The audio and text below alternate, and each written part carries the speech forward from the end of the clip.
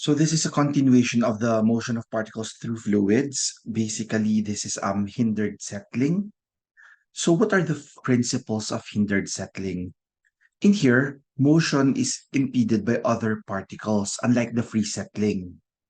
Particles are so close together so that the collision of particles is continuous. Unlike single particle free settling, right? This occurs when a large number of particles are present and the surrounding particles interfere with the motion of individual particles. As the particle falls, its displaced fluid moves upwards and slows the observed settling rate of neighboring particles. And lastly, when particle concentration increases, particle settling velocities decrease because of hydrodynamic interaction between particles and the upward motion of the displaced liquid. So in here, for example, you have here, say you have three particles. You know that the particles are falling downwards, and then because they're all moving, there's displaced fluid in here that causes some discrepancies. Hindi siya nagiging pantay-pantay. So when you notice in here, in this figure, low concentration, and then there's moderate concentration, and then there's higher concentration. So in here, of course, the bigger particles tend to be observed to fall or yung velocity niya faster than the smaller particles. Diba? Unlike in free settling where particles settle independently of each other. In here, particles interfere with each other. So in hindered settling, as particle falls, its displaced fluid moves upwards and slows the observed settling. So you have two equations that we need to take note of. The two equations are the Mott and Whitmore equation. In some books, you will see it in this form. Some books, you can see it in this form, the middle term, where U sub t is a terminal settling velocity for the hindered. So yung sub O na yan, T sub O, settling velocity ng free settling. So sometimes ito, US na lang, at saka ito UT, yun ang nilalagay. Or it depends. Basta mas sanay ako na T sub O na lang siya. So that's the free settling. And then T is the terminal settling ng hindered. In here, you can see anong pagkakaiba ng E at saka ng C. C is the volume fraction of solid in the suspension. Yung E is the total void fraction. So basically, E is 1 minus C or C is 1 minus E raised to the power of N. Where N, as you can see in here, is the exponent obtained in figure 6-58 of the 8th edition. So let's look at it in your 9th edition handbook. And do take note that in the Stokes law region, where the Reynolds number is less than 0.3, N is given to be 4.65, and in the Newton's law region, N is 2.33. So at yung figure, it's this one. So you can see here the Reynolds number and the N, the index, yung exponent natin. So the Steiner equation, for hindered flow, the settling velocity is less than that calculated using Stokes' law. The higher effective viscosity of the mixture is calculated using the Steiner equation as follows. So ito, you will notice this one and this one, they're basically much the same. Ayan o. Pretty much the same. It's just that this one is written in a way na U, or viscosity of the liquid, divided by 10 to the 1.82 C. Pero sometimes, ito, it's written as this. I think this is read as, ano ba to? Psi ba to? It's basically the same naman. So, take note that C again is the volume fraction, and then yung void fraction is 1 minus C lang naman siya. Because, you know, it's the same density of the mixture, density of the fluid. It's basically the same as the ones we had before. So for laminar settling velocity, we've been using this naman equation. Reynolds number associated with the flow is given by the following equation. So let's just try. Calculate the settling velocity of glass spheres 100 micrometers in water at 25 degrees Celsius. The slurry contains 60% by volume of solids. The density of the glass spheres is 2,500 kilograms per cubic meter. Letter A, using the Maude and Whitmore equation and assuming Stokes' law applies. And letter B, using the Steiner equation and assuming Stokes' law applies. So, with this, ano ba yung mga given sa atin? Given the density of the particle is 2,500 kilogram per cubic meter. And then at 25 degrees Celsius, the density of the fluid, which is water, is 900. Let's take that at 997 kilograms per cubic meter.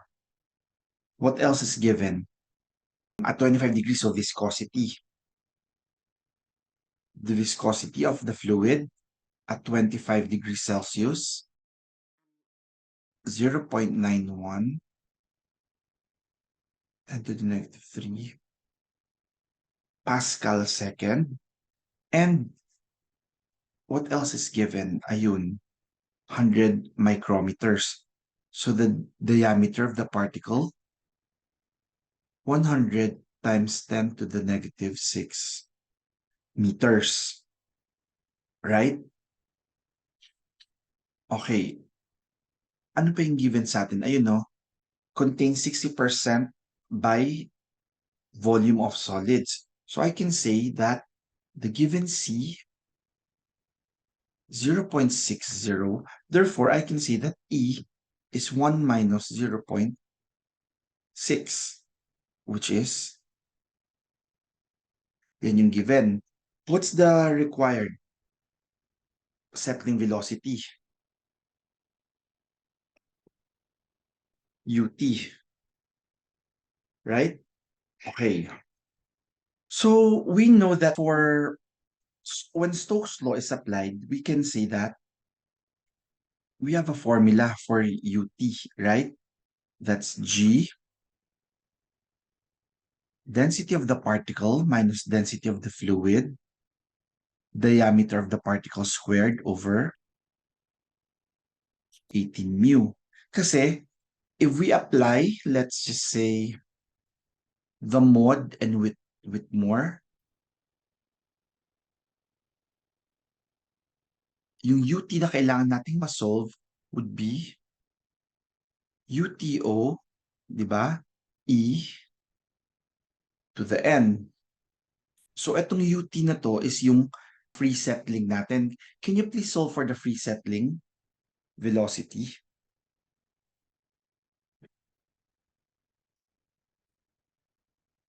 Nine times 9.0 times 10 to the negative 3 meters per second. So that's what we'll use here. Ang problem, hindi natin alam yung N at the moment. But what we know of is that Reynolds number is d v divided over mu. So we can solve using this. Ang diameter ng particle natin, ayun, 100. 10 negative 6. Yung velocity natin na gagamitin will be the 9 times 10 to the negative 3 now. Density niya is the 997 because that's the density of the fluid. Over mu is 0.91. 10 negative 3. What's the Reynolds number? 0.9860. So looking at the figure, 0.9860, so almost 1. So that's around 4.3, 4.35. So using figure 6.58,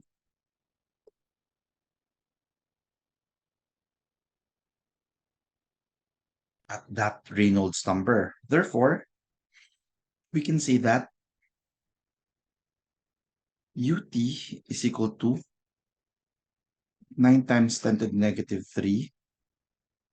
E is equal to, ano yung E natin? 0.4, 4.35. What's the answer, please? 1.672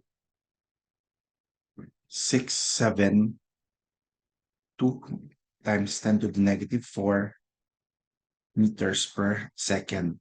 That's the hindered settling velocity using the Mod and Whitmore equation. Pero in letter B, you're asked to solve for using the Steiner equation. So using the Steiner equation, may pagkamahaba lang siya. So, ito. I'll just use the one on the top. So let's rewrite that first. Ut is equal to dp squared all over 18 mu. And then in here, basically, e squared tapos over 10, 1.82 e. Ay, 1 minus e pala siya. So parang this one, it's common to both of them. But yung ut na formula rin natin. So can you please plug it in here, the values? Basically 9.81 times 100 times 10 to the negative 6 square. This is 2,500 minus 997. This is 0.4 squared. 18 times 0.91. This is 0.4 squared over 10 to the 1.82. 1 minus 0.4. So 1.165 times 10 to the negative 4 meters per second in terminal setting velocity. Okay? And then this is the next one. Mahaba lang talaga yung formula. So it's up to you how you want to write it. Kasi ako, when I saw this, nakaganto siya. Sorry. Nakaganto. Medyo mas nahihilo ako. What I did was I wrote it in this manner. Hiniwalay ko to kasi di ba this one is pretty much, we know the terminal settling velocity, right? Sa free settling natin. And I just wrote that and then sinama ko na lang to dito para alam ko sa Stein-R equation, ito, yung additional ko. Whereas sa Mod and Whitmore naman, dun yung may mga approximations using the powers. This one, yung indices. Pero tinan mo, ang terminal settling velocity, ang free settling niya, 9 times 10 to the negative 3, 1.67 sa Mod and Whitmore, 1.1. Actually, closer yung sa Steiner equation. Diba? 1.1 lang, tas 9 to eh. Ay, ano ba mas malapit? Mas malapit to. Sorry. Tama. Mas malapit tong Mod and Whitmore. Tama ba? Okay. So let's try this. Given diameter of the particle is 0.0 millimeters, so times 10 to the negative 3 meters. Solid density 2002 kilogram per cubic meter. 26.7 volume fraction of the solids in water. C.